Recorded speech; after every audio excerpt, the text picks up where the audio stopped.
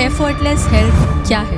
Effortless health का मतलब है कि ये इंसान को शोभा नहीं देता कि वो किसी से पूछे कि उसको जीवन कैसे जीना है। ये एक बहुत फंडामेंटल क्वेश्चन है और हमें समझ में नहीं आता कि ये बड़े बड़े जो साइंटिस्ट हैं और बड़े बड़े डॉक्टर्स हैं उन्होंने ये सवाल क्यों नहीं पूछा। पर आप क्यों बता रहे हैं? नहीं, इसलिए बता रहे हैं क्योंकि आपने अभी कहा कि किसी को कुछ बताने की जरूरत नहीं है। नहीं, तो आप अभी उस साइकिक स्टेट पे नहीं पहुंची है। अच्छा, नहीं होंगे। तो बिल्कुल सही बात है। हम सपने के ऊपर एक्चुअली डिपेंड नहीं करते हैं ना, उठने के बाद में हम उसे भूल जाते हैं, एक नॉर्मल रूटीन शुरू हो जाता है। अच्छा, बड़ी इंटरेस्टिंग बात यह है कि हमारे ऋषियों ने हमारा जो हिंदू चिंतन है और हिंदू दर्शन है, वो हिंदू धर्म है, उसमें उन्होंने अस्तित्व को दो में नहीं बांटा है कि एक सच है और एक झूठ है। तो आज आपके सामने विपिन मिश्रा बैठे हुए हैं तो आप कहेंगे कि विपिन मिश्रा हमारे सामने बैठे हुए ये सच है, और हम कहेंगे विपिन मिश्रा की डेथ हो गई है तो आप कहेंगे नहीं ये झूठ है। आप अस्तित्व को दो में बांट देंगे कि ये सच है ये झूठ है। लेकिन ऋषियों ने कहा कि जो सबसे बड़ी चीज है वो ना सत्य है ना झूठ है, वो है माया। तो ऐसे बोलें कि इल्यूजन। तो माया ना सच है ना झूठ है। और future is a farce, future जैसा कुछ होता नहीं है। तो कहते हैं दोनों एक ही अंधकार में है, जो परमात्मा को पाने की कोशिश कर रहा है और जो पैसा पाने की कोशिश कर रहा है। परमात्मा को पाने की कोशिश भी अंधकार है। पर आप कह रहे हैं वो तो परमानंद है। परमानंद है वो, लेकिन उसको पाने की कोशिश बेकार है। उसको पाने, तो ये मैं आपको बता रहा हूँ कि डिफरेंट रूट्स हैं। हम प्रेजेंट को ही नहीं महसूस कर पा रहे हैं, हम फ्यूचर का क्या ही सोचेंगे। Welcome again to my lovely audience on effortless health by doctor Vipin Mishra. I am sorry, we have to start in Hindi today. आज हमारा हिंदी शो है। We have got lot of love from all our audience. Thank you so much for all your support.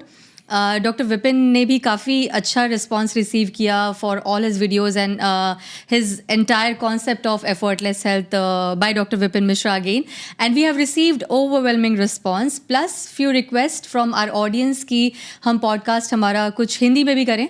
So here we are today to speak in Hindi. I'll try my best to speak in Hindi as well. हम पूरी कोशिश करेंगे, मैं पूरी कोशिश करूँगी कि हम हिंदी में बात कर सकें और इसे जितना हो सके हमारी हिंदी ऑडियंस के लिए ईजी बना सकें कि आप लोगों को बातें और आसानी से समझ में आएँ। And thank you so much once again for all your support. आपके वजह से हम आज यहाँ हैं और आपके वजह से ही हम आज ये पॉडकास्ट हिंदी में कर पा रहे हैं। Thank you once again. I would like to again give you a small introduction. Dr. Vipin Mishra के बारे में, he is a consultant endocrinologist with more than 3 decades of experience here in Dubai, and he has been working in few of he has his experience in few of very prestigious organizations like Alzara Hospital Dubai, Zuleika Hospital, जहाँ पे ये अभी काम कर रहे हैं, Zuleika Hospital Dubai to be specific। तो आप अगर इन्हें कंसल्ट करना चाहते हैं या इनसे मिलना चाहते हैं या अपॉइंटमेंट बुक करना चाहते हैं, आप इनसे Zuleika Hospital Dubai में कनेक्ट कर सकते हैं। Thank you once again, Dr. Vipin, to join me. Thank you, very, very nice words. Thank you. Pleasure is all mine. Thank you. So doctor Vipin, हम शुरू से शुरू करते हैं बिकॉज ये हमारी हिंदी ऑडियंस के लिए है। तो एफर्टलेस हेल्थ क्या है? देखिए मैडम, एक तो सबसे पहली बात है कि हिंदी में करना हमें बहुत अच्छा लग रहा है क्योंकि हम यूपी के रहने वाले हैं, कानपुर के, और हमारे बहुत से दोस्तों ने और बहुत से रिश्तेदारों ने बात कही थी और बहुत समय से कह रहे थे कि हमको हिंदी में कार्यक्रम करना चाहिए। तो ये हमारे लिए बहुत सौभाग्य की बात है कि हम हिंदी में कार्यक्रम कर पा रहे हैं।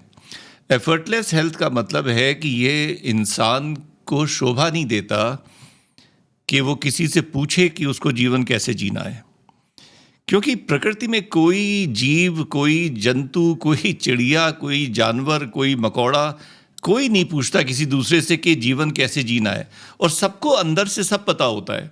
बिल्कुल। आप गाय को मीट खिलाने की कोशिश करिए, गाय मीट नहीं खाती। आप शेर को घास खिलाने की कोशिश करिए, शेर घास नहीं खाता।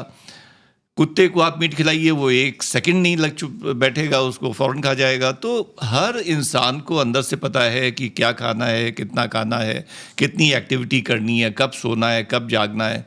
आपने चिड़ियों को देखा होगा कि वो सुबह एक समय पे आ जाती हैं उठ के और चहचहाने लगती हैं और शाम को एक समय पे सो जाती हैं अपने घोंसलों में जाके।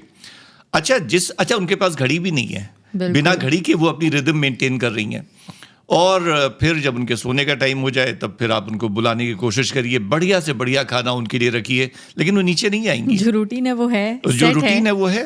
तो जब सारे क्रीचर्स अपनी अंतरात्मा से चल रहे हैं तो इंसान क्यों नहीं चल सकता? ये एक बहुत फंडामेंटल क्वेश्चन है और हमें समझ में नहीं आता कि ये बड़े बड़े जो साइंटिस्ट हैं और बड़े बड़े डॉक्टर्स हैं, उन्होंने ये सवाल क्यों नहीं पूछा कि जब एक प्लैनेट का नियम है कि कोई भी क्रीचर दूसरे से सलाह मशवरा करके जीवन नहीं जीता है, वो अपना जीवन अपनी अंतरात्मा से जीता है, अंदर से जीता है, इंट्यूटिवली।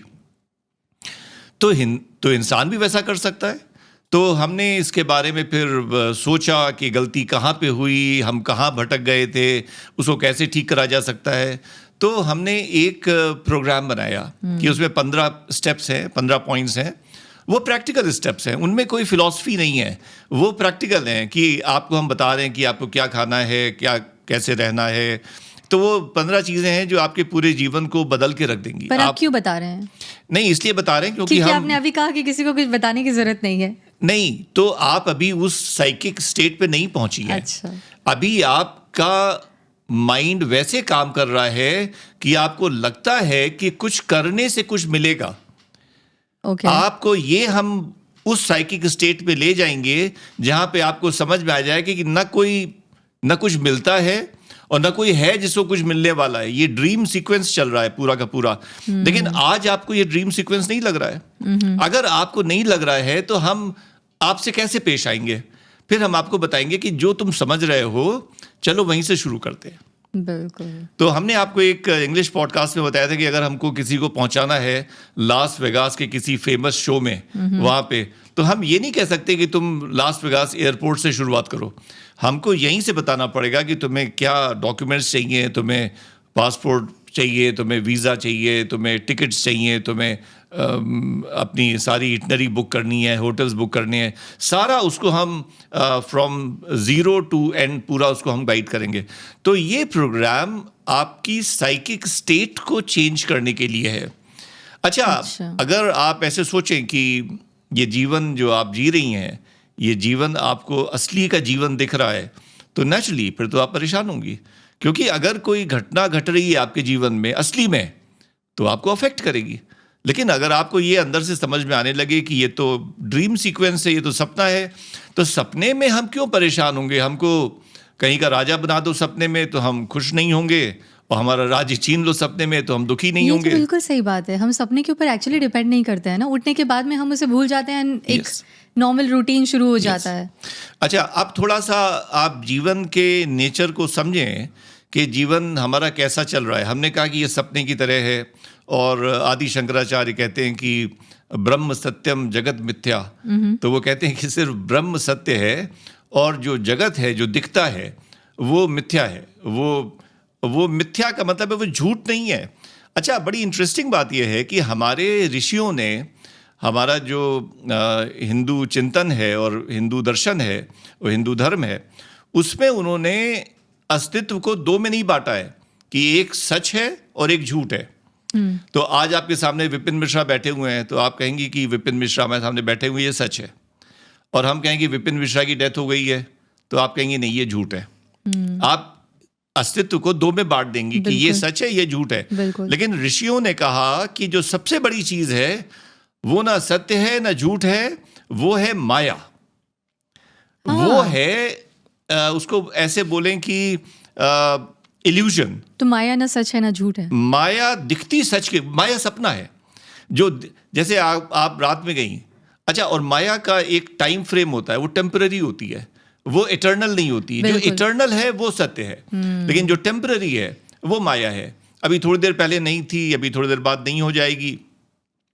इसको ऐसे समझिए कि आप रात में अपना सब काम खत्म कर रही हैं, आपने खाना खा लिया, फिर आपने अपनी मेल्स चेक कर ली, आपने व्हाट्सएप चेक कर लिया, आपने कोई टीवी का आपका फेवरेट प्रोग्राम है वो भी देख लिया, और अपने फैमिली मेम्बर से बात कर ली, अपना बेटे को सुला दिया, और सारा काम आपने तो ये जितने काम आप कर रही थी, ये रियल वर्ल्ड में कर रही थी। अभी सपना नहीं चल रहा है, अभी रियल वर्ल्ड चल रही है। आपका बेटा है, आपके हस्बैंड है, आपका टीवी है, आपका घर है, आपका खाना है, और आपका सोशल मीडिया है, उस पर आप इंटरेक्ट कर रही हैं, और आप कोई सपना नहीं देख रही हैं। सब काम आप बिल्कुल जीते जागते यथार्थ में कर रही हैं। लेकिन फिर 11 बजे या 11:30 बजे आप सो जाती हैं।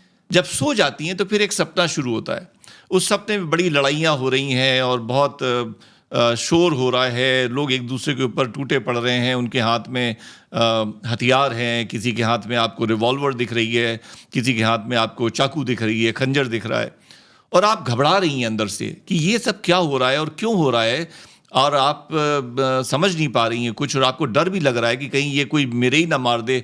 फिर आप कहती कि नहीं, यहाँ से हम निकल चलते हैं, यहाँ से भागते हैं, और आप पीछे मुड़ती तो देखती हैं एक आदमी बहुत लंबा चौड़ा बिल्कुल हाथ में खंजर लिए आपके सामने खड़ा हुआ है, और आपको अंदाजा नहीं था वो आपके पीछे था। वो एकदम सच होता है ना, बिल्कुल मतलब लिटरली सच होता है। कांपना, पसीने छूटना, डर के उठ Yes, जाना, और ये फिर वो फीलिंग। आदमी खंजर आपके पेट में मार देता है, तो आपकी चीख निकल जाती है, और आप चीखते हुए जगती हैं, बिल्कुल पसीने पसीने, थर-थर कांपते हुए। फिर आपसे कोई कहे कि वो खंजर तो उसने सपने में मारा था, तो आप परेशान क्यों हैं? तो आप कहेंगे नहीं, जब देख रहे थे तो वो सपना नहीं लग नहीं रहा लग रहा था, था। वो सच लग रहा था। ऐसा है ये जीवन कि जब जियो तो सच लगता है। अभी 67 साल पहले विपिन मिश्रा नहीं थे, फिर 10-12 साल बाद विपिन मिश्रा नहीं होंगे, तो Vipin Mishra is a temporary transient phenomena, जैसे सपना होता है। तो जितनी देर वो सपना रहता है उतनी देर सच्चा लगता है, लेकिन न पहले सच्चा था न बाद में सच्चा होता है। तो जो एग्जिस्टेंस ऐसी है कि उसके एक एंड पे लाखों सालों का नॉन एग्जिस्टेंस है, और दूसरे एंड के बाद भी फिर लाखों सालों की नॉन एग्जिस्टेंस है, और दोनों एंड्स पे नॉन एग्जिस्टेंस का फेज इतना बड़ा है कि वो छोटी सी एक जुगनू की चमक की तरह जीवन दिखाई पड़ता है और ख़त्म हो जाता है। तो इसको हमारे ऋषियों ने कहा है कि ये माया है, ये रियल जीवन नहीं है, लेकिन हमको रियल लगता है। अब हम अपने जीवन की बात करें, तो हम जब 5 साल के थे, हम 10-10 साल के ब्लॉक्स में अगर बात करें, क्योंकि हम कल कैसे थे और आज कैसे हैं, आप कहोगी डॉक्टर साहब आप तो कल भी वैसे ही थे और आज भी वैसे ही हैं, कोई फ़र्क महसूस नहीं होता है, लेकिन हाँ 10 साल में तो फ़र्क दिखने लगता है। तो जब हम 5 साल के थे तो हम अपने आप को 5 साल का समझते थे, वैसा ही शरीर था, वैसी ही बुद्धि थी, वैसे ही शौक़ थे, वैसी ही फरमाइशें थीं जो हम अपने पेरेंट्स से करते थे, और हम उसी को अपना होना समझते थे। लेकिन वो 5 साल का बच्चा तो आज नहीं है। हम तो हैं आज, लेकिन हम वो 5 साल का बच्चा तो नहीं थे। हम कुछ थे जो उसके थ्रू गुजर रहे थे। तो 5 साल का बच्चा थोड़ी देर के लिए एक सपने की तरह, एक माया के एक प्रोजेक्शन की तरह दिखाई पड़ा, और हम उस पे थे, क्योंकि हमें आज भी याद है कि हम एक ज़माने में उस 5 साल के बच्चे के रूप में थे। फिर 15 साल के हो गए। अब 15 साल का जो होता है टीनेजर, उसकी थोड़ी थोड़ी मूछें भी निकलने लगती हैं, आवाज़ में थोड़ा भारीपन आने लगता है, हार्मोन्स सिक्रीट होने लगते हैं, और अपना इम्पैक्ट भी दिखाने लगते हैं। वो हार्मोन्स का जो इन्फ्लुएंस है उसके बिहेवियर में, वो सब भी दिखाई पड़ने लगता है। तो हम तो आज वो भी नहीं है, वो भी चला गया। और फिर 25 साल के हुए, 25 साल के थे जब हम तो MBBS कर चुके थे, MD में थे, और MD भी पूरी होने की कगार पे थी। तो अपने आप को किसी बिल्कुल बॉलीवुड हीरो, हॉलीवुड नहीं, वो आप अभी भी दिखते हैं। नहीं अभी तो खैर नहीं देखते हैं, वो तो हमें मालूम है। लेकिन हाँ, पहले एक वो था कि सन ग्लासेस लगा के, और ये सब स्टाइल थी उस समय की। लेकिन वो भी चला गया, सब कुछ चला गया, कुछ नहीं यहाँ पे शेष रहता। तो आपको मैं ऐसे बताऊं कि हो क्या रहा है, ये मतलब है क्या, सीक्रेट क्या है। तो सीक्रेट ये है कि एक एनर्जी है जिसको हम कहते हैं कि द एनर्जी ऑफ कॉन्शियसनेस, उसको चैतन्य कहते हैं। चैतन्य जब हमारे मन के साथ जुड़ जाता है तो एक चेतना बन जाता है, और हर इंसान की चेतना अलग है, क्योंकि हर इंसान का एटीट्यूड अलग है। हमने आपको माइंड का वो बताया था, क्लासिफिकेशन, तो हमने कहा था कि एक फेमिनाइन माइंड अलग होता है, तो मैस्कुलाइन माइंड अलग होता है। तो एक आदमी की चेतना अलग होती है, औरत की चेतना अलग होती है, एक छोटे बच्चे की चेतना अलग होती है, और बड़े ग्रोन अप इंसान की चेतना अलग होती है। तो उन चेतनाओं के पीछे जो बदल रहा है वो माइंड बदल रहा है, क्योंकि हमारे बड़े सारे एक्सपीरियंसेस हो रहे हैं, और हम बहुत सारी फेजेस से गुजरे हैं, अच्छी फेजेस, खराब फेजेस। चित्त बदल रहा है, चित्त बदल रहा है। हाँ, उस चेतना को आप चित्त भी कह सकती है। तो वो चित्त की दशा हमारी बदलती जा रही है, लेकिन पीछे जो एनर्जी है, जो कॉन्शियसनेस एलिमेंट है, वो तो सेम ही है, वो तो एब्स्ट्रैक्ट है, उसमें तो कोई गुणधर्म नहीं है। वो तो बिजली की तरह है कि ये लाइट में वो बिजली जा रही है तो वो येलो लाइट दिख रही है, AC में वो बिजली जा रही है तो वो कूल एयर दिख रही है। तो आप ये तो नहीं कह सकती कि AC की बिजली फ़र्क है और ये लाइट की बिजली फ़र्क है। वो एक ही बिजली है, तो वो कॉन्शियसनेस एक ही है।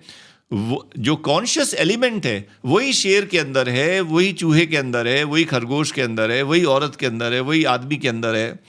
तो भगवान कृष्ण जब अर्जुन को समझाते हैं तो वो कहते हैं कि मैं हर जगह हूँ, और वो बताते हैं कि तुम भी मेरा ही रूप हो, और तुम्हारे पिता भी मेरा ही रूप हैं, और तुम्हारी माँ भी मेरी ही रूप है। तो वो कॉन्शियस एनर्जी जो है वो सबके अंदर है। हम इसे आत्मा कह सकते हैं। आत्मा कह सकते हैं, लेकिन कहने से कोई फायदा नहीं है। आप कुछ भी नाम दे दें, आत्मा आपने कहा तो आपको क्या समझ में आया? आत्मा ही जानते हैं ना कि मतलब आत्मा वर्ड यूज करने से नुकसान तो हो सकता है, फायदा एक पैसे का नहीं है। How come? क्योंकि इसलिए बुद्ध ने अनात्मा शब्द का इस्तेमाल किया है। उन्होंने कहा एब्सेंस ऑफ आत्मा कहो तो ज़्यादा अच्छा है, क्योंकि हर चीज़ का एक नेचर होता है। जैसे ये टेबल है, इसका नेचर है, ये सॉलिड है। हाँ। आप लिक्विड टेबल नहीं इमेजिन कर सकती हैं। तो हर चीज़ का एक फॉर्म होता है, एक नेचर होता है। अब ये सॉलिड है, हम इसमें हाथ मारेंगे तो हाथ को चोट लगेगी, क्योंकि बहुत सॉलिड है। हमारा हाथ उतना सॉलिड नहीं है, और ये इमोबाइल है, ये अपनी जगह पे स्थिर रहती है। तो ऐसे ही आत्मा का जो नेचर है वो वैसा है कि जैसे वैक्यूम का होता है, एब्सेंस का। अच्छा, अब मैं आपको बड़ी इंटरेस्टिंग बात बताने जा रहा हूं कि अगर हमारे अंदर आत्मा है, अगर आप इस बात को मान लें कि हमारे विपिन मिश्रा के अंदर भी आत्मा है, तो उस आत्मा का नेचर ऐसा है जैसे एब्सेंस का होता है। तो अब विपिन मिश्रा के अंदर दो चीजें आ गई। एक आ गई विपिन मिश्रा की प्रेजेंस, और एक आ गई विपिन मिश्रा की एब्सेंस। और विपिन मिश्रा की जो एब्सेंस है वो उनकी रियलिटी है। पर ये तो शरीर का नाम है ना, विपिन मिश्रा शरीर है। हाँ, क्योंकि वो हमने उस शरीर में हम आए हैं, तो वो एनर्जी है जो हमारे अंदर आई है, तो हम इस शरीर को चला पा रहे हैं। हाँ, तो दैट्स व्हाट वी कॉल आत्मा। हम आत्मा उसी को कहते हैं ना? हाँ, आत्मा उसी को कहते हैं, लेकिन उसका नेचर क्या है, उसका फॉर्म क्या है? क्या वो इस मेज की तरह सॉलिड है? नहीं, वो मैंने सुना है कि शून्य है, आत्मा शून्य है। जैसे कि आप एब्सेंट बता रहे हैं कि अनात्मा, हाँ, आत्मा शून्य है। हाँ, शून्य का मतलब है कि कुछ भी नहीं है। उसका नेचर ऐसा है जो कुछ भी नहीं है। तो कुछ भी नहीं होता है जहां पे, उसको हम कहते हैं एब्सेंस ऑफ एनीथिंग। तो विपिन मिश्रा की एक प्रेजेंस भी है और विपिन मिश्रा की एक एब्सेंस भी है। अब इसको ऐसे समझें, ये थोड़ा बोलने में अजीब लगेगा कि there is also a presence of Vipin Mishra's absence. ये बोलने में खराब लगेगा, लेकिन हमारी जो एब्सेंस है उसका भी एक अस्तित्व है। अब हम अगर आत्मा है, वो आत्मा का नेचर एब्सेंस की तरीके से है, तो हमारी एब्सेंस का भी एक वजूद है। तो आप कह सकते हैं your absence is also present in your form. आपकी प्रेजेंस तो है ही, और साथ में आपकी एब्सेंस भी प्रेजेंट है। अब हमारी एब्सेंस की अगर हम बात करें, तो हमारी एब्सेंस तो हमसे 5 फुट दूर भी है, हमारी एब्सेंस तो हमसे 100 फुट दूर भी है। पर वो तो वही जानेगा ना जो आपकी प्रेजेंस जानेगा। नहीं, हम अपनी बात कर रहे हैं कि हम हाँ, क्या आपकी जानते ही हैं। बात। जैसे कि अभी आप यहाँ पे पॉडकास्ट स्टूडियो में हैं, अभी आप यहाँ से चले जाएंगे तो मुझे ऐसा लगेगा कि डॉक्टर विपिन यहाँ पे अभी प्रेजेंट नहीं है। आपसे हमारा कोई लेना देना नहीं है। जैसे मैं जानती हूँ नहीं, आपको। हमारा जीवन है, अपना जीवन हम चला रहे हैं, तो हम कैसे फील कर रहे हैं, आप क्या फील कर रही हैं, ये इंपॉर्टेंट नहीं हमारे लिए। मतलब अगर हम देखिए, हमारे प्रोग्राम का एक पॉइंट है सेल्फ सेंटर्ड। सेल्फ सेंटर्ड का मतलब है कि हमारा जीवन है, हम उसके मालिक हैं। वो कैसा बनेगा, कैसा बिगड़ेगा, ये हम तय करते हैं। तो ये सारी आप अपनी बात कर रहे हैं, आप उसको अपने ऊपर भी लागू कर सकती हैं। हमारे ऑडियंस उनको अपने, ये दुनिया की 800 करोड़ आबादी सब अपने ऊपर लागू कर सकती है अगर करना चाहे, लेकिन नहीं करेंगे, ज़्यादातर नहीं करेंगे, क्योंकि सबके प्रिजुडिसेस होते हैं। तो हमारी बात को बहुत से लोग मानते हैं कि हम सही बात कर रहे हैं, बहुत से लोग मानते हैं गलत बात कर रहे हैं। तो एक ही बात है। अब एक ही बात को कोई गलत कह रहा है, कोई सही कह रहा है, तो आप बताइए वो बात क्या हुई? वो बात फिर सही बनी जाए कि गलत बनी जाए? नहीं, वो हर इंसान के माइंड का फंक्शन अलग अलग है। उसको एक ही चीज़ किसी को सही दिखती है, एक ही चीज़ किसी को गलत दिखती है। तो हर आदमी अपना फैसला करेगा। तो जो हमारी बात को समझ रहे हैं, सुन रहे हैं, तो हो सकता है कि उसको मानना उनको अच्छा लगे। जैसे एशिया कप किसी को ले जाना नहीं अच्छा लगा, किसी को लगा कि ले जाना चाहिए। बिल्कुल सही बात है। तो हम उन सब बातों में नहीं उलझते, हमारा वो नहीं है फोकस ऑफ अटेंशन। अब एशिया कप अगर हिंदुस्तान उठा लेता तो भी सही था, नहीं उठाया तो भी सही है। अपना अपना नजरिया है। तो हम देखिए, सबसे बड़ी बात है कि हम किसी को जज नहीं कर सकते। अगर देखिए, हमने आपसे पिछली बार वायलेंस की बात की थी। वायलेंस की बात पे काफ़ी सारे सोशल मीडिया पे कमेंट्स आए, और उसमें कुछ ऐसे भी कमेंट्स आए कि लोग हमारी बात से इत्तेफाक सहमत नहीं नहीं रखते हैं, एग्री नहीं करते हैं। और ख़ास तौर से हमने जब कहा कि गांधी जी एक हिंसक व्यक्ति थे। देखिए, हिंसक कहने से ये मतलब नहीं होता कि हम उनका आदर नहीं कर रहे हैं, और हम ये नहीं कह रहे हैं कि वो उनका टॉल फिगर नहीं था या वो बहुत बड़े महापुरुष नहीं थे। अभी क्या होता है कि डिसएग्रीमेंट को डिसरिस्पेक्ट मान दिया जाता है। True. हम बहुत सी बातें कृष्ण भगवान की नहीं मानते हैं। हम आज तक हमने गोपियों के कपड़े नहीं चुराए घर पे। तो नहीं मतलब अब भगवान कृष्ण चुराते थे, हम उनकी इस बात से एग्री नहीं करते, तो क्या हम उनकी रिस्पेक्ट नहीं करते? तो मतलब डिसरिस्पेक्ट अलग बात है और डिसएग्रीमेंट अलग बात है। और डिसएग्रीमेंट जो है वो इस जगत का कानून है, डिसएग्री करना चाहिए। अगर आप हमारी हर बात से एग्री करती जाएं तो हम 100% समझ जाएंगे कि आप अपने ऊपर ध्यान नहीं दे रही हो, आप अपना जीवन नहीं जी रही हो, आप सम्मोहित हो गई हो किसी। अच्छा, वो हम भी हो सकते हैं, वो कोई और भी हो सकता है, वो सदगुरु भी हो सकते हैं, वो बाबा रामदेव भी हो सकते हैं, वो कोई अमेरिकन इन्फ्लुएंसर भी हो सकता है। अगर आप किसी के इन्फ्लुएंस में इन्फ्लुएंस्ड हो गई, वो कोई भी हो, तो पक्की बात है कि आप अपने आप को तो भूल ही चुकी हैं कि आपके अंदर क्या छुपा हुआ था। तो बेसिकली हम ये जो वायलेंस वाली बात बता रहे थे, जिसमें हमने गांधी जी का एक वो दिया, तो वो तो एक कॉमन फैक्टर है। तो हमने वायलेंस की ग्रेड्स बताई थी। जब आप ग्रेड 5 की वायलेंस की बात करेंगी तो आप कहेंगी अरे ये तो पूरी दुनिया वायलेंट है फिर तो वायलेंट होना कोई खराब बात नहीं है, कोई मतलब अवगुण नहीं है। लेकिन हाँ, ये एक इंसान के अंदर की सच्चाई है जो उसके ब्लड केमिस्ट्री को ऑल्टर करती है, जिससे आगे चल के बीमारियां हो सकती हैं। और बीमारियों के चूंकि 4 फैक्टर्स होते हैं, जेनेटिक फैक्टर होता है, साइकोसोमैटिक होता है, लाइफस्टाइल होती है और पोल्यूशन होता है। ये 4 चीज़ें होती, फंडामेंटल कॉजेज की हम बात करें तो हो सकता है कि किसी के अंदर बहुत वायलेंस हो और फिर भी वो बीमार ना पड़े, क्योंकि उसके जेनेटिक फैक्टर्स बहुत स्ट्रांग हैं, उसका खाना पीना और लाइफस्टाइल बहुत स्ट्रांग है, तो ऐसा हो सकता है। लेकिन हम एक मॉडल की बात कर रहे थे कि जो सीड्स ऑफ डिजीजेज हैं वो कहाँ पर हैं, तो बहुत गहरे में छुपे होते हैं। फिर वो ब्लड केमिस्ट्री को ऑल्टर करते हैं, फिर एपिजेनेटिक फैक्टर्स ऑपरेट करने लगते हैं, फिर जीन्स में छुपी हुई बीमारियां बाहर आ जाती हैं। तो एक सीक्वेंस है, उस सीक्वेंस का जो ड्राइवर है वो माइंड है, जिसको आप अभी चित्त कह रही थी और हम उसको चेतना कह रहे थे। तो वो जो चित्त की दशा है वो डिसाइड करती है कि हमारे अंदर हैप्पीनेस के मॉलिक्यूल्स बहेंगे या सैडनेस के मॉलिक्यूल्स बहेंगे, या हमारे अंदर एक्साइटमेंट के मॉलिक्यूल्स बहेंगे, या हमारे अंदर डिप्रेशन और ग्लूम के दुख के मॉलिक्यूल्स बहेंगे।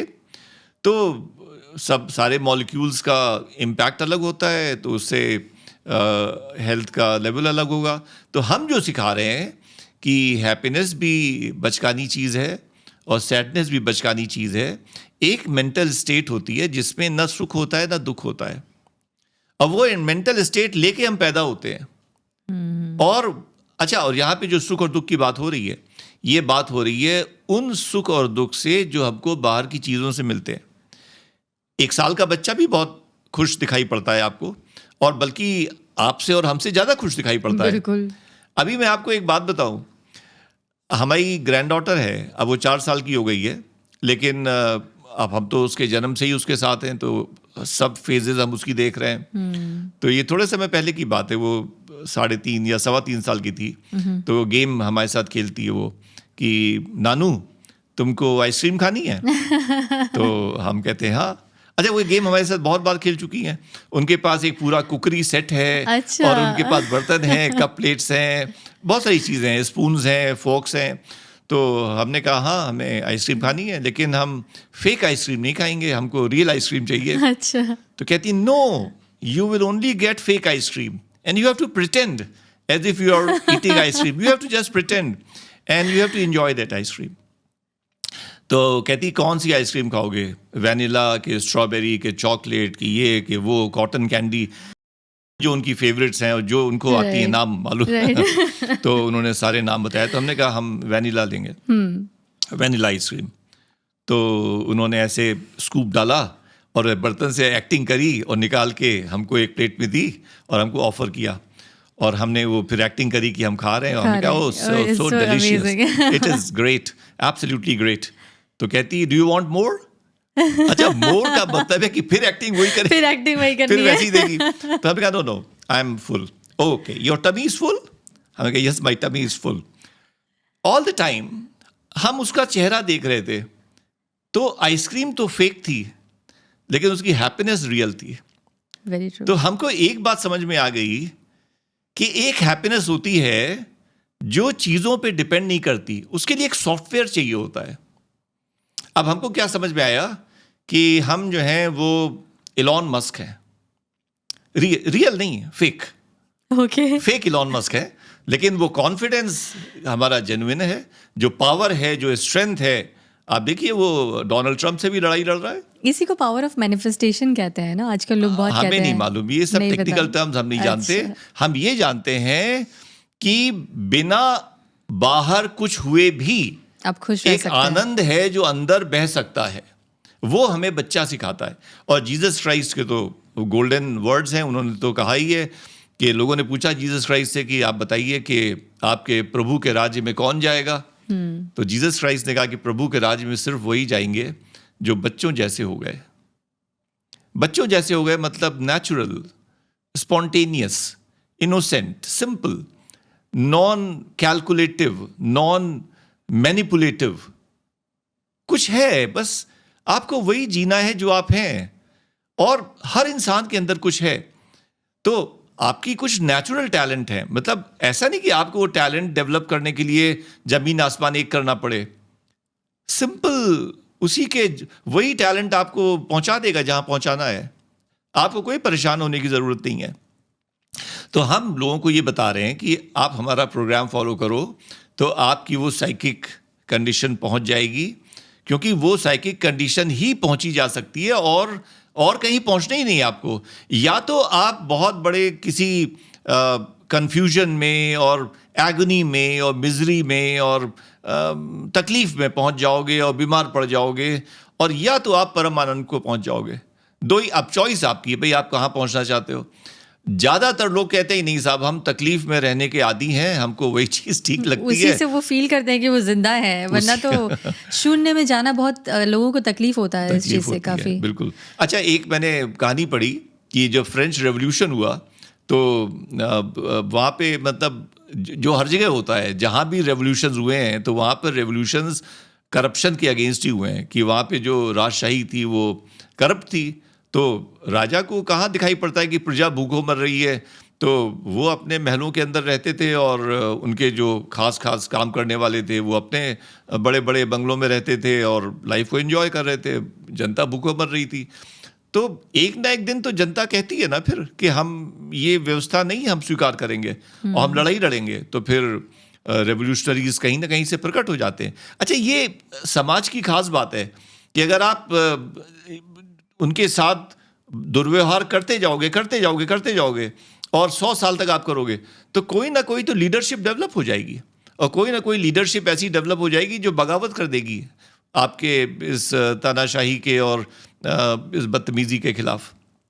तो फ्रेंच रेवोल्यूशन में ऐसा हुआ कि जो रेवोल्यूशनरीज थे उन्होंने धावा बोल दिया और लड़ाइयाँ लड़ी और बहुत ब्लडशेड हुआ, और उन्होंने जेल में बंद अपने जो नॉर्मल इंसान थे उनको छुड़ा लिया वहाँ से।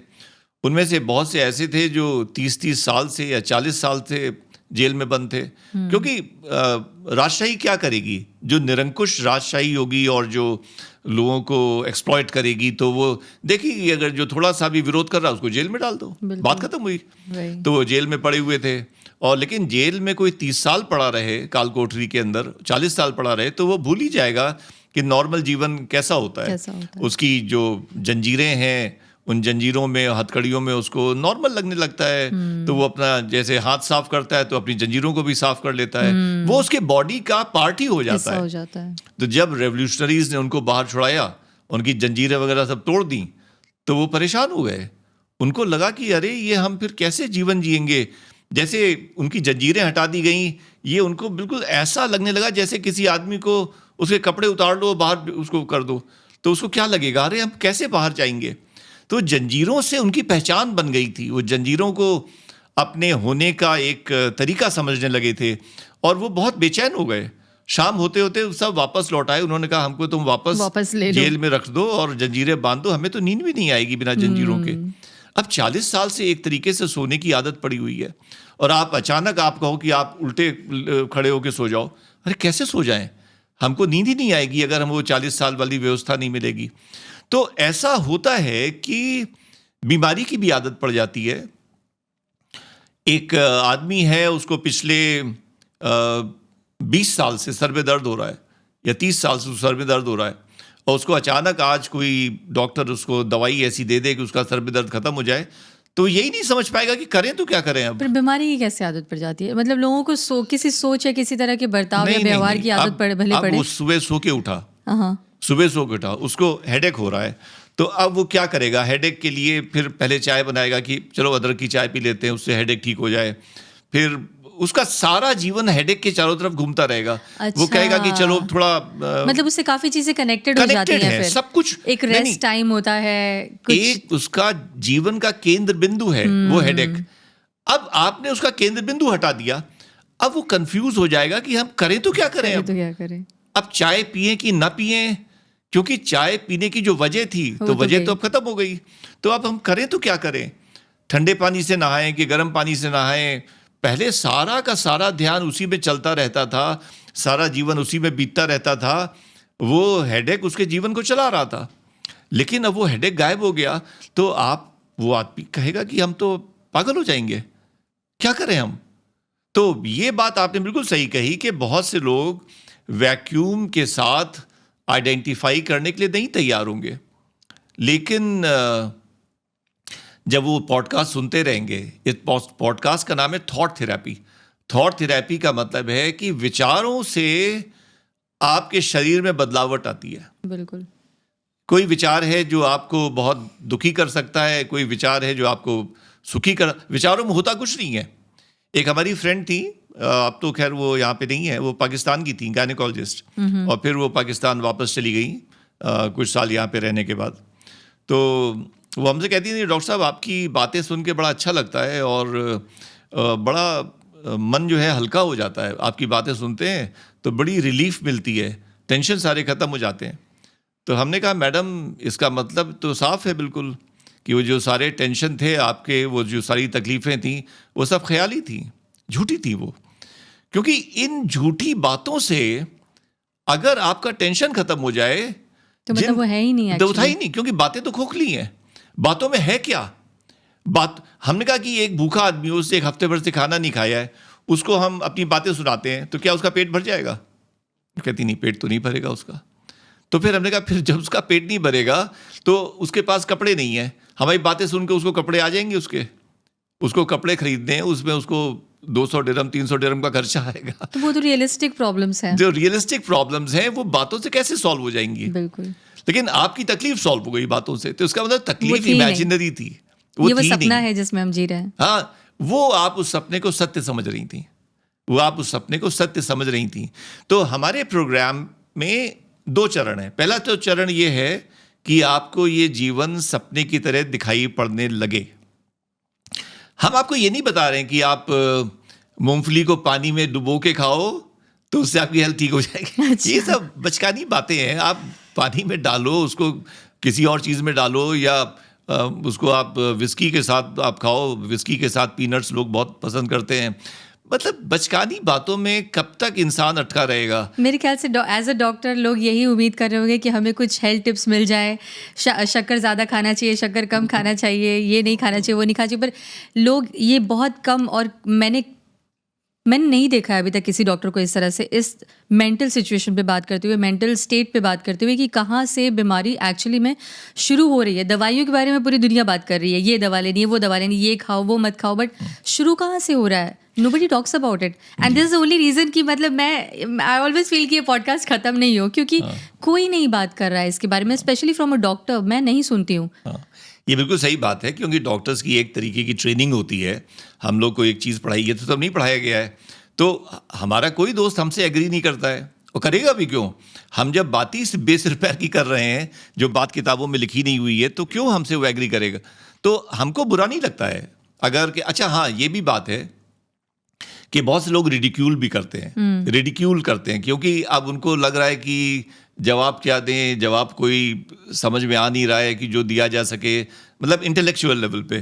तो जैसे हमारा जब फ्रैक्चर हो गया था लास्ट ईयर, आपको मालूम है, बैकबोन का, तो उसमें वो हमारा एक बैच मीट चल रही थी, वो इंडिया में हम लोग एक कलेक्ट हुए थे रिसोर्ट में, गुड़गांव के पास जगह है मनेसर, तो वहाँ पर हम लोग कलेक्ट हुए थे। तो वो लास्ट डे जिस दिन हम लोग को वापस निकलना था, हम सीढ़ी पे गिर गए थे और हमारी बैकबोन का फ्रैक्चर हो गया था। तो खैर सभी डॉक्टर्स थे, तो वो आए, सब ने चेकअप भी किया और सब ने मतलब देखा दाखा, किसी ने पेन किलर अरेंज करे, किसी ने कुछ करा, कुछ करा। लेकिन उसमें कुछ लोग थे जो कह रहे थे अरे तुम्हें क्या है, तुम्हारा सब एफर्टलेसली ठीक हो जाएगा, क्योंकि उनको पहली बार ऐसा मौका मिला कि इस आदमी को कुछ आज बोल सके, कुछ ये तान सके थोड़ा सा। तकलीफ में है, तो जरा इसको याद दिलाया जाए कि एफर्टलेसली कुछ नहीं होता है। तो ये रिडिक्यूल है। तो ऐसे कभी भी कोई प्रॉब्लम हमारे साथ आती है तो कोई ना कोई हमारा दोस्त हमको बताने आ जाता है, रिडिक्यूल करने, कि नहीं वो सब एफर्टलेसली। वैसे वो बात सही कह रहे हैं, होता सब एफर्टलेसली है। जैसे तकलीफ आती है, तकलीफ हमारी कोशिश से तो नहीं आई थी, तो वैसे ही उसका जो सोल्यूशन है वो भी हमारी कोशिश से क्यों आएगा? ये सब होनी है ना, सब लिखा है। आप, मुझे ऐसा लगता है कि आप कौन हो ये चीज डिसाइड करने वाले? हम आपको एग्जिस्टेंस एक क्या कविता, आपने होनी वाली जो बात कही है, अच्छा। ये बहुत अच्छी बात आपने कही। तो दुष्यंत कुमार की एक कविता है, उसकी 2 लाइनें हैं कि अनहोनी तो हो न सकेगी, होनी है सो होए। बिल्कुल। अगर अनहोनी कुछ है तो वो तो हो ही नहीं सकती हो ही ना। नहीं सकती। तो जो हो रहा है वो तो होना होना ही ही था, बिल्कुल। वो तो भगवान की या अल्लाह की मर्जी है। तो अगर अल्लाह की मर्जी है तो ठीक है। फिर जीसस क्राइस्ट ने क्या कहा था जब उनको सूली चढ़ाई जा रही थी? उन्होंने यही बात कही थी कि जब उनको सूली चढ़ाई जा रही थी, और ऐसे समझिए कि एक यंग आदमी को, 34 साल के आदमी को इतने बेरहमी से मारा गया। वो क्रूएलेस्ट वे है किसी को जान से मारने का कि उसको सूली पे चढ़ा दो, कीले ठोक दो उसके हाथों में और पैरों में, तो खून टप टप टपकेगा और करीब 48 घंटे में फिर उसकी डेथ हो जाएगी। ये बिल्कुल एक बेरहमी का सबसे बड़ा तरीका है किसी को जान से मारने का। और जीसस क्राइस्ट अगर कहते कि मुझे जीवन दान दे दो और तुम जो कहोगे मैं उसको फॉलो करूंगा, तो उनको जीवन दान तो 100% मिल जाता, क्योंकि उनके चाहने वाले इतने लोग थे, चाहने वाले उनके एडमिनिस्ट्रेशन में भी थे। जो रूलिंग क्लास था, जिसको उनको बुरा क्यों लगता था? क्योंकि जीसस क्राइस्ट इतने ज़्यादा पॉपुलर हो गए थे। मतलब एक गरीब घर का बेटा, एक बढ़ई का बेटा, जिसके पास कोई पावर्स नहीं है, जिसके पास कोई एजुकेशन नहीं है, जिसके पास कोई सो कॉल्ड स्किल्स नहीं है, वो पूरे देश को मतलब गाइड कर रहा है और पूरा देश उसकी इज्जत कर रहा है। तो ये तो बहुत बुरी लगने वाली बात है। यही उनका क्राइम था सिर्फ। तो जब उनको सूली चढ़ाई गई तो उन्होंने सिर्फ एक ही बात कही, O lord let thy will be fulfilled. हे भगवान, तुम्हारी मर्जी पूरी हो। अगर भगवान चाहता है तो क्या प्रॉब्लम है? तो हम जैसे कि अब हमको मालूम नहीं कि हमारा अंत किस बीमारी से होगा, और हमारी वाइफ कैसे इन सब बातों से बहुत नाराज रहती हैं कि ये तुम इस तरीके की बेसिर पैर की बातें मत। ये हमारा अभी जाके प्रॉपर पॉडकास्ट कंप्लीट हो रहा है, वाइफ की बात इंक्लूड करके। तो वो हमारे ऊपर काफ़ी नाराज़ रहती हैं कि हम परहेज़ नहीं करते हैं, क्योंकि उनका बहुत सख्त वो है परहेज़ के प्रति, उनका विचार के हर आदमी को बहुत डिसिप्लिन से रहना चाहिए। हमें तो जो मिल जाता है हमारे मनपसंद का वही हम खा लेते हैं, और खैर उनकी वजह से घर में तो डिसिप्लिन मेंटेन ही रहता है और मानना ही पड़ता है। लेकिन अब कभी वो बाहर जाती हैं, जैसे मतलब हम जब इंडिया में थे तो इंडिया में उनको कॉन्फ्रेंसेस में जाना होता था, या कभी एग्जामिनरशिप में, पीएचडी वाइवा में, बहुत जगहों पे जाती थी, सिलेक्शन कमिटीज़ में वो मेंबर होती थी तो जाती थी। तो तब हमारी 15 अगस्त बनती थी। फिर हमारा इंडिपेंडेंस डे होता था, और फिर जो मेड थी उसको हम और वो जानती थी कि फिर आप अब तो मैडम है नहीं, आप रोटी तो खाएंगे नहीं, पराठे ही खाएंगे। हमको पता था, उसको भी मालूम था, और हम कहते थे हाँ तुम सही रास्ते पे जा रही हो। तो हम इन सब चीज़ों को मानते नहीं हैं कि हेल्दी फूड और अनहेल्दी फूड ये सब बकवास की बातें हैं। हालांकि शुरू में हम सबको बताते हैं कि क्या खाना चाहिए क्या नहीं खाना चाहिए, क्योंकि gradually you have to travel to that destination. मतलब एफर्टलेस ऐसा नहीं कि आज ही से आप वो हो जाओ, कहो कि नहीं अब हम किसी कानून को नहीं मानेंगे, अब एफर्टलेस तरीके से रहेंगे। नहीं, पहले जो है अपने सिस्टम को प्योरीफाई करो, अपने सिस्टम को प्योरीफाई करो, फिर तुम उस मंजिल पे पहुंचोगे। तो उन्होंने कहा कि तुम्हारे घर में हिस्ट्री है डायबिटीज़ की, हाइपरटेंशन की, कार्डियोवैस्कुलर डिजीज़ की, और तुम इस तरीके से मिठाई भी खाते हो और तुम ऑयली चीज़ें भी खाते हो, तो फिर ये तो गड़बड़ है, तुमको परहेज़ करना चाहिए। तो हमने कहा हमको बड़ा अच्छा लगा ये जान के कि तुमको बहुत मतलब ख़राब लगता है कि हमारी फिक्र है, फिक्र है हमारी कि हमको कहीं हार्ट की बीमारी ना हो जाए, या डायबिटीज़ ना हो जाए, या हाइपरटेंशन ना हो जाए। किसी न किसी तरह तो जाना है ना। हाँ, लेकिन हमने कहा ये बताओ कि तुम्हारे मन में क्या है, मतलब तुम्हारी दबी हुई इच्छा क्या है कि तुम हमको किस बीमारी से मरता हुआ देखना चाहती हो? नहीं, अमर बनाना चाहते हैं। मतलब लोग अक्सर घर वाले जो होते हैं वो अमर बनाना चाहते हैं लोगों नहीं, को। अमर तो नहीं बन सकते, नहीं बन सकते। ये तो पक्की बात है कि ना हम शिव जी का अवतार है, ना हम हनुमान जी का अवतार है, अमर तो हो नहीं सकते। हर कोई गया है ना। हाँ, हर कोई गया है। तो हमने कहा अगर तुम कहो कि भाई कैंसर से मरता हुआ देखना चाहती हो तो हम सिगरेट फूंकना शुरू कर दें, रोज़ हम 2-2 पैकेट सिगरेट के पिएं, तो तुमको खुश रखने के लिए आदमी कुछ भी कर सकता है। वो कौन सी कहावत है, जो आएंगे वो जाए, जो आया है वो जाएगा, राजा रंग कबीर। पता नहीं, हमको ये सब बातें मालूम नहीं है। लेकिन कुल मिला के बात यह है कि हम किस बीमारी से बचने की बात कर रहे हैं। If the Lord wants that I should die of cancer, then let it be. What is the problem? अच्छा मैडम, हमने ये भी देखा, क्योंकि डॉक्टर्स को बहुत सारी डेथ्स देखने को मिलती हैं और बहुत सारी फैमिली के अंदर भी, रिलेटिव्स में और पेशेंट्स में, तो डेथ का ड्यूरेशन बहुत छोटा होता है। जैसे अभी, और ये पूरा एक ग्रे जोन है, अभी कल को हमें कोई बीमारी का पता लग जाए कि हमें ये बीमारी है, तो ऐसा तो नहीं कहा जाएगा कि वो बीमारी उसी दिन डेवलप हुई जिस दिन पता लगा। वो डेवलप तो पिछले 20 साल से या 30 साल से या 40 साल से हो रही थी। और ऐसा कहा जाता है कि जैसे इस्कीमिक हार्ट डिजीज़ है, तो बोलते हैं उसको कि ischaemic heart disease starts in the वूम। जब बच्चा माँ के पेट में होता है तो उसको 50 साल या 60 साल में जो हार्ट अटैक पड़ना है, starts in the वूम। Starts in the वूम। तो अब उसमें जेनेटिक फैक्टर्स भी हैं और उसमें साइकोसोमैटिक फैक्टर्स भी हैं, उसमें लाइफस्टाइल भी रोल प्ले करती है। बहरहाल, तो हर बच्चा जन्म लेता है एक बीज की तरीके से। तो बीज जब वो बड़ा होगा, जब वो वृक्ष बनेगा, तो उसमें या तो फिर हार्ट अटैक का फूल खिलेगा, या कैंसर का फूल खिलेगा, या कुछ और फूल खिलेगा। तो दवाइयाँ नहीं लेनी चाहिए लोगों को? नहीं, दवाइयाँ लेनी चाहिए। अगर कोई तकलीफ है तो उसमें दवाई लेने में कोई बुराई नहीं है। खाने पीने का परहेज? खाने पीने का परहेज हाँ, करना चाहिए। अगर कोई तकलीफ है और आपको उससे परहेज से फ़ायदा मिल रहा है तो 100% करना चाहिए। मतलब आपको सारे जो डिसिप्लिन्स हैं वो फॉलो करनी चाहिए। और हम आपको बता रहे हैं कि वो जो आप हमारे रास्ते पे चलेंगे, आप वो 15 पॉइंट्स को फॉलो करेंगे और इन पॉडकास्ट को सुनते रहेंगे।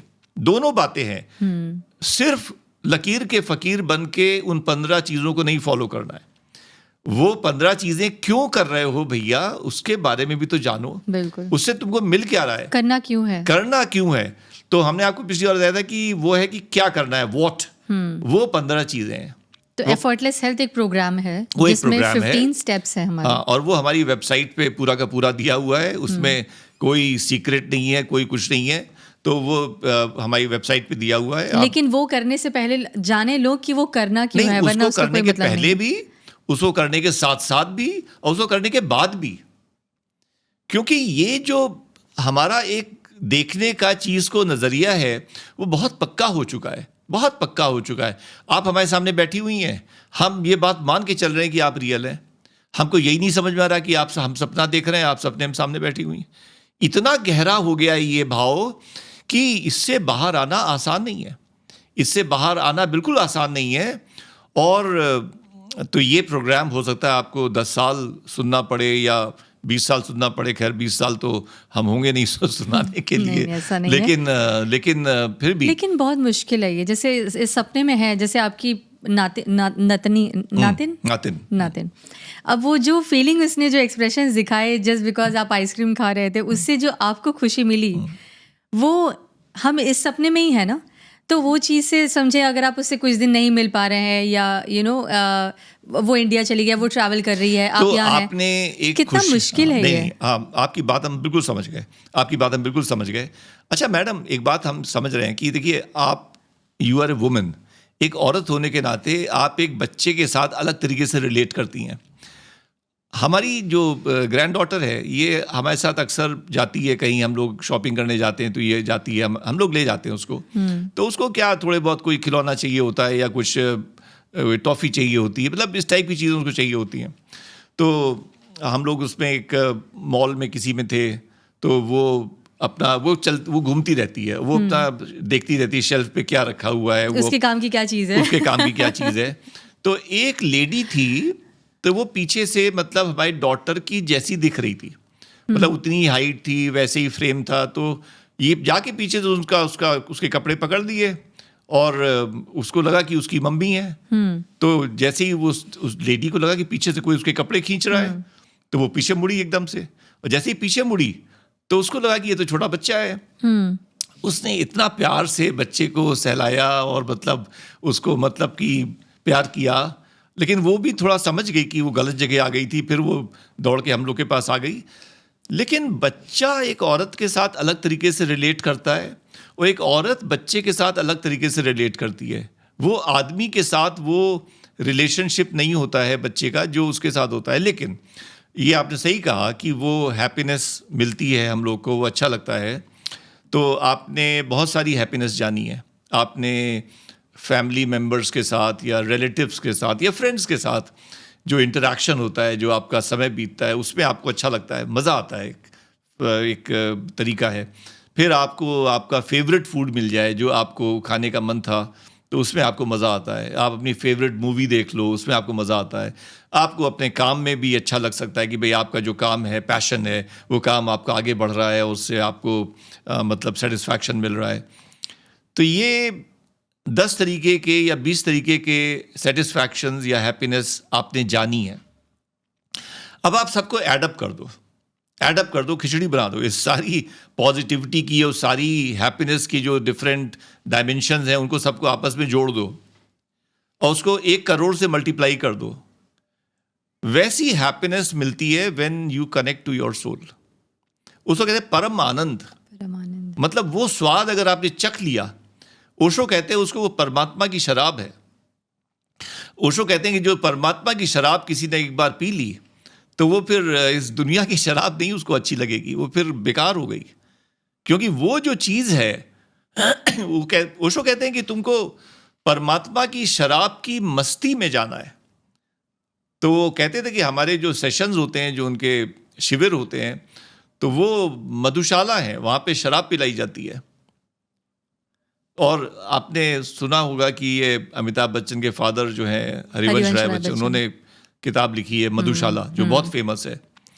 तो वो मधुशाला कतई शराब के ऊपर नहीं है, वो उसी मधुशाला की बात कर रहे हैं जिसकी बात ओशो कर रहे हैं। वो फिलॉसफी है। पहुंचे कैसे वहां पे? पहुंचे कैसे की बात वो तो हम सिखा रहे हैं कि वहां पे पहुंचे कैसे। अच्छा मैडम, एक और बात है, 100 तरीके हैं वहां पहुंचने के, 100 तरीके हैं। रामदेव अलग तरीका सिखा रहे हैं, सदगुरु अलग तरीका सिखा रहे हैं, ओशो अलग तरीका सिखाते थे, ये कृष्णमूर्ति अलग। अच्छा, कृष्णमूर्ति बड़ी गजब की बातें करते थे। हम अलग तरीका सिखा रहे हैं, हमारा तरीका बहुत सिंपल है अगर आदमी चलना चाहे उस पर तो। लेकिन कृष्णमूर्ति ने एक बहुत अच्छी बात कही। कृष्णमूर्ति ने कहा कि एक आदमी है जो पैसे के लिए पागल है, उसको पैसा चाहिए, और रात दिन जो है मेहनत कर रहा है और अपनी नींद को भी सेक्रीफाइस कर रहा है, और उसको बस दिमाग में एक नशा चढ़ा हुआ है कि हमको पैसा चाहिए। उसका कुछ टारगेट होगा, 100 करोड़ होगा या 1000 करोड़ होगा, और कल उसको वो टारगेट पूरा हो जाएगा, आने वाले समय में, फ्यूचर में उसको वो टारगेट अचीव हो जाएगा। और दूसरा है, उसको परमात्मा चाहिए, उसको मोक्ष चाहिए। दोनों है? दूसरा आदमी है। अच्छा, दूसरा आदमी है। अच्छा। नहीं, एक ही आदमी को दोनों चीजें कैसे चाहिए हो सकती है? सोच रही, दोनों एक साथ नहीं मिलेगा। दोनों एक साथ नहीं मिलेगा।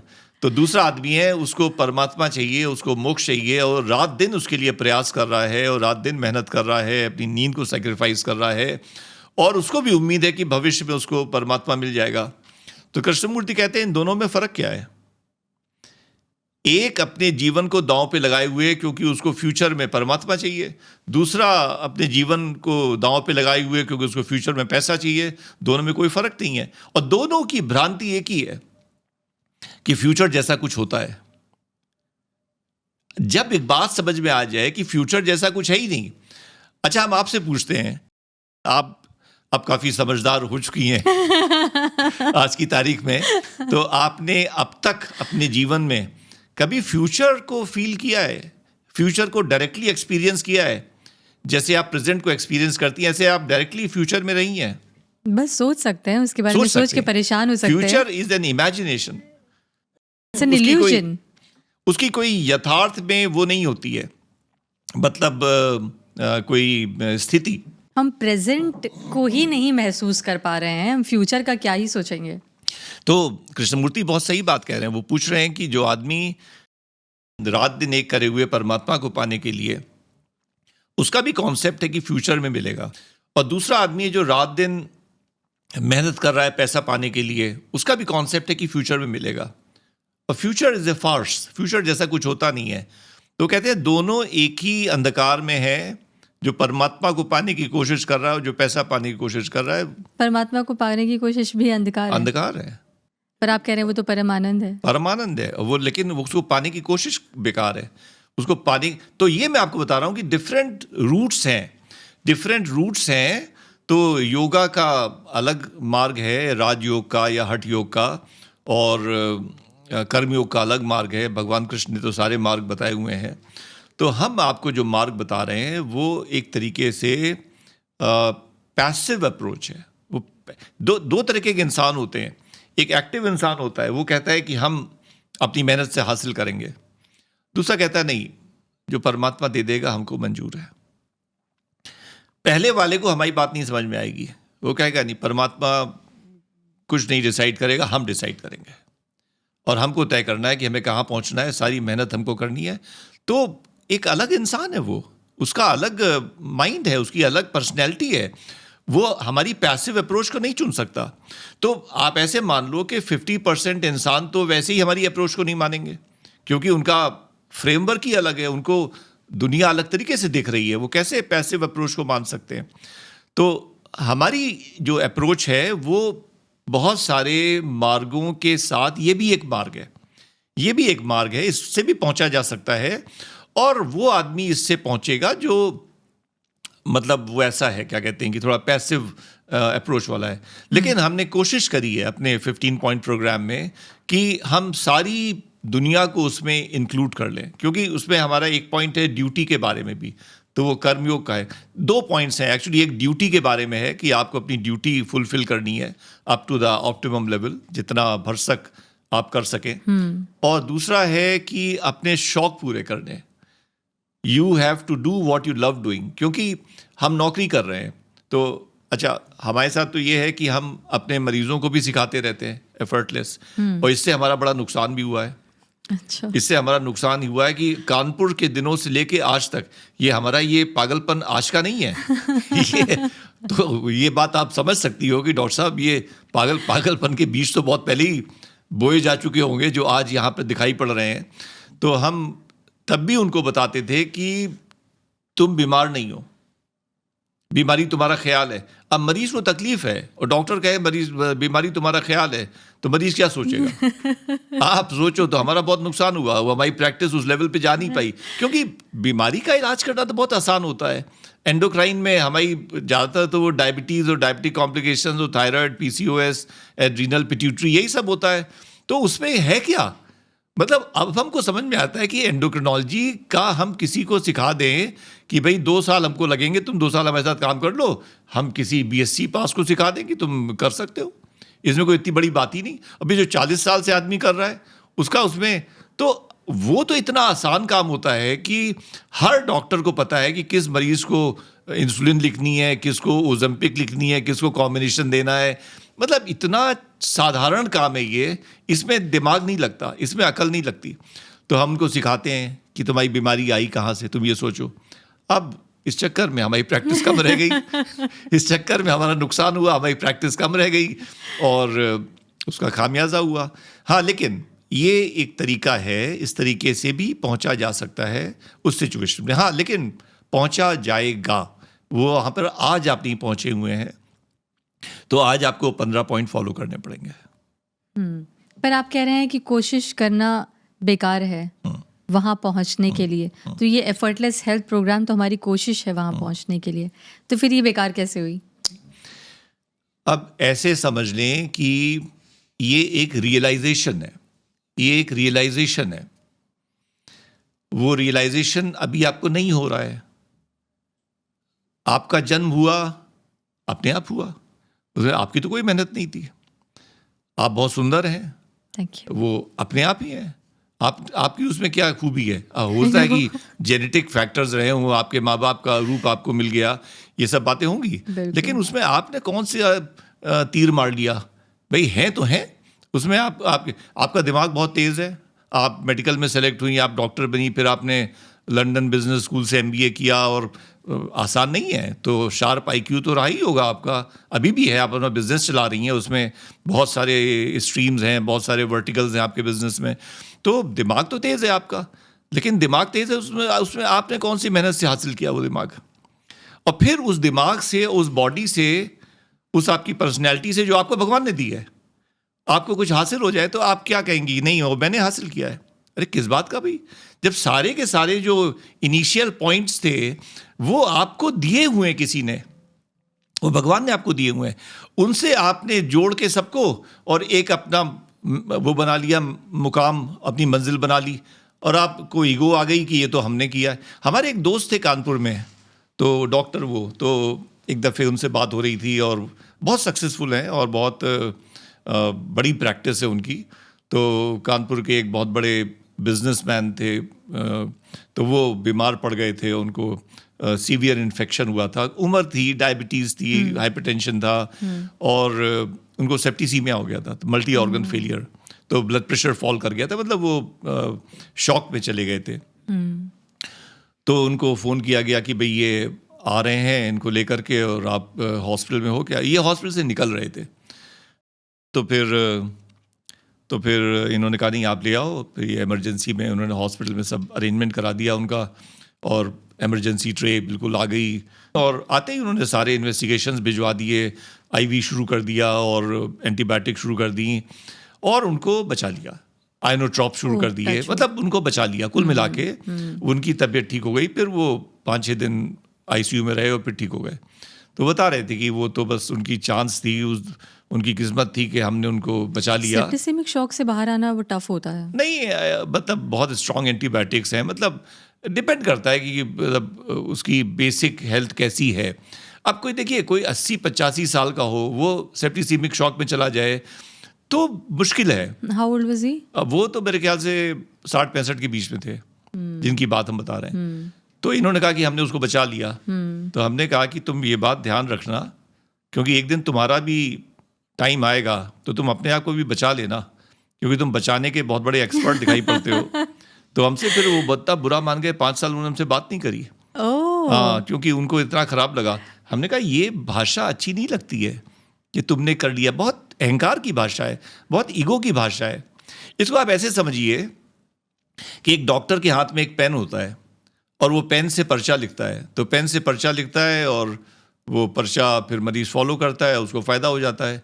तो पेन के अंदर ये भाव आ सकता है कि उसने मरीज को ठीक कर दिया, और जब उसके 40 साल पूरे हो जाएं तो वो इतराए कि देखो हमने कम से कम 2.5 लाख मरीजों को ठीक कर दिया। और ये भी है कि उसको अफसोस भी हो कि हम 10-20 हज़ार को नहीं भी बचा पाए। तो आप कहोगे ये पेन पागल हो गया है, ये बिल्कुल पागल हो गया है, ये समझ नहीं पा रहा है कि किसी और ताकत के हाथ में चल रहा है। ऐसे ही इंसान का है, इंसान नशे में आ जाता है, बिल्कुल वो नशे में आ जाता है कि मैंने किया, अहम वो अहंकार इतना बड़ा होता है। तो आज की तारीख में आपको ये नहीं दिखाई पड़ रहा है कि आप हैं ही नहीं, यू आर जस्ट एब्सेंट, और आपको चलाने वाली कोई ताकत चला रही है, और वो भी थोड़ी देर बाद खींच लेगी वो। तो इस जो आज की अवेयरनेस है, और वहाँ की अवेयरनेस में आपको पहुँचना है, तो पहुँचना है तो कुछ ना कुछ तो करना पड़ेगा ना। तो effortless health और program ये भी हमारा। बात है कि आज आपको हमारी बात नहीं समझ में आए तो आप अभी मत फॉलो करो। एफर्टलेस का मतलब है करो वही जो अंदर से करने जैसा लगे, तभी वो एफर्टलेस होगा। हाँ, आपको लगे कि आप हेल्थ कॉन्शियस हैं, आप जिम जाती हैं, आप एक्सरसाइज करती हैं, अच्छी बात है। आपका मोटिवेशन है, अंदर से अर्ज है, तो अच्छी बात है, आप करो। आपको लगे कि नहीं योगा करना चाहिए, आप योगा करो। आपको जो भी लगे, आपको लगे कि नहीं ये बात जो कह रहे हैं ये भी सही लग रही है, मन कर रहा है इसको फॉलो करने का, तो आप कर लो फॉलो। नहीं मन करे मत करो। मतलब देखिए, हम क्या सिखा रहे हैं, और वो बात आप सीखोगे नहीं आसानी से, और कोई भी नहीं सीखेगा आसानी से, कि आपके सामने हमेशा दो ऑप्शंस होंगे कि आप या तो इधर जाओ या उधर जाओ, और आप किधर भी जाओ इससे कोई फर्क नहीं पड़ता। अल्टीमेटली आपका वही अंजाम होगा जो होना चाहिए था, वही अंजाम होगा। गलती जैसी कोई चीज़ नहीं है। मतलब आप सोचो कि आप बहुत दिमाग पे जोर दो और फिर उसके बाद फैसला करो, और फिर उसके बाद आपको ये लगे कि हमने ये फैसला किया, अब इससे कोई गलती नहीं होगी, कोई नुकसान नहीं होगा। नहीं, हम कह रहे हैं बिना दिमाग पे जोर डाले वैसे भी निर्णय कर सकते हो जैसे आपका छोटा बच्चा करता है। आपका बेटा जो है आपका बेटा तो शायद थोड़ा बड़ा हो गया है, लेकिन जब फिर भी नहीं सुनता है। अब वो सुने भी क्यों भाई? आप वो सुनाना भी क्यों चाहती हो? ये अभी बहुत हमारी डिटेल डिस्कशन इस पे भी होगी। होगी, क्योंकि आप वो अपनी किस्मत लेके आया है। बिल्कुल। आपका सिर्फ काम है अपना धर्म पूरा करना। तो इस हमारे प्रोग्राम के दो वो हैं लेवल्स। पहला लेवल है कि आपको ये जीवन सपने की तरह अनुभव होने लगे, तो चीज़ों का इम्पैक्ट होना बंद हो जाता है। फिर आपको चीज़ें बुरी नहीं लगती हैं, फिर आपको चीज़ें भली नहीं लगती हैं, फिर आप किसी चीज़ की तरफ दौड़ते नहीं हो, किसी चीज़ से भागते नहीं हो। तो जो भागवत गीता में भगवान कृष्ण ने कहा है कि राग द्वेष से मुक्त का मतलब है कि कोई चीज़ ऐसी नहीं है जो हमें अट्रैक्ट करती है, हम उस तरफ भाग रहे हैं, और कोई ऐसी चीज़ नहीं है जिससे हम नाराज़ हैं, उससे हमको बुरा लगता है तो हम उससे दूर भाग रहे हैं। नहीं, भगवान ने जो दिया है वो ठीक है, वो ही हमारे लिए ठीक है, क्योंकि इतना प्रिसिशन तो और कोई कर नहीं सकता। किसी के बस की बात नहीं है। किसी के बस की बात नहीं। अच्छा, मैं आपको बताऊं कि हमको ज्ञान थोड़ा अपने बचपन में ही आना शुरू हो गया था, क्योंकि हम जब छोटे थे, हमारे ख्याल से 6-7 साल के थे, तो हमारी एक कज़न सिस्टर थी, लेकिन हमसे कम से कम उम्र में 15 साल बड़ी थी।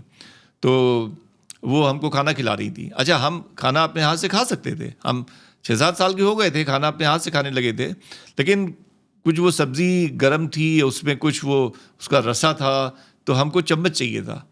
तो हमने कहा कि हमें एक स्पून दे दीजिए। तो उन्होंने कहा कि my hand is also like a spoon, हम अपने हाथ से तुम्हें खिला देते हैं। अच्छा, फिर अब वो खाना हमें खिला रही हैं और साथ में किसी और लोगों से बातें भी कर रही हैं, तो खाना कहीं यहाँ लग रहा है हमारे, कहीं कान में लग रहा है। तो हमको समझ में ये आ गया 6-7 साल की उम्र में ही कि अपना ही भरोसा करना है, दूसरा कोई आपकी हेल्प कर नहीं सकता, और अपने पैरों पे खड़े होना है। तो ये प्रोग्राम ये है कि आप अपने सारे फैसले खुद लेना शुरू कर दें, आप अपने आप में कंप्लीट हो जाएं, आपको दूसरों से सलाह मशवरा करने की आवश्यकता ना पड़े। ये इस प्रोग्राम का वो है। तो पहले लेवल पे ये सपने की तरह फील हो, और दूसरे लेवल पे सपना जानते हुए भी आप सारे अपने धर्मों को फॉलो करिए। जितने रोल्स आपको भगवान ने दिए हैं पूरे करने के लिए, as a businessman, as business women, as a mother, as a wife, as a daughter, as a sister, as a citizen of the country, सारे काम करिए। बिल्कुल। तो एक प्रोग्राम हमारा ये जो आज पहला हिंदी का हुआ है, डेफिनेटली इनफ नहीं है एफर्टलेस हेल्थ प्रोग्राम के बारे में जानने के लिए। हमने पहले लेवल की बात की, दूसरे लेवल की बात करनी बाकी है, और हम ये भी जानेंगे कि किस तरह से ये प्रोग्राम डिफरेंट है from the rest, and definitely discussion हमारी इस पे चलती रहेगी। तो thank you so much once again doctor Vipin, it is going to be continued for sure, and it's actually different feel all together, you know, Hindi में बात करना। आई थिंक हम क्योंकि कई चीज़ें हमारी कनेक्टेड हैं, हमारी अगेन कनेक्टेड है, यू नो, एक जो चीज़ चलती आ रही है उसमें कोई भी चीज़ को डिस्क्राइब करना वो ईजी हो जाता है थोड़ा सा। नहीं, और हिंदी हमारी भाषा है, हिंदी में हम ज़्यादा फ्री अनुभव करते हैं अपने आप को। बिल्कुल, perfect. Thank you so much, thank you, see you in the next show. Thank you. Effortless Health by Dr. Vipin Mishra.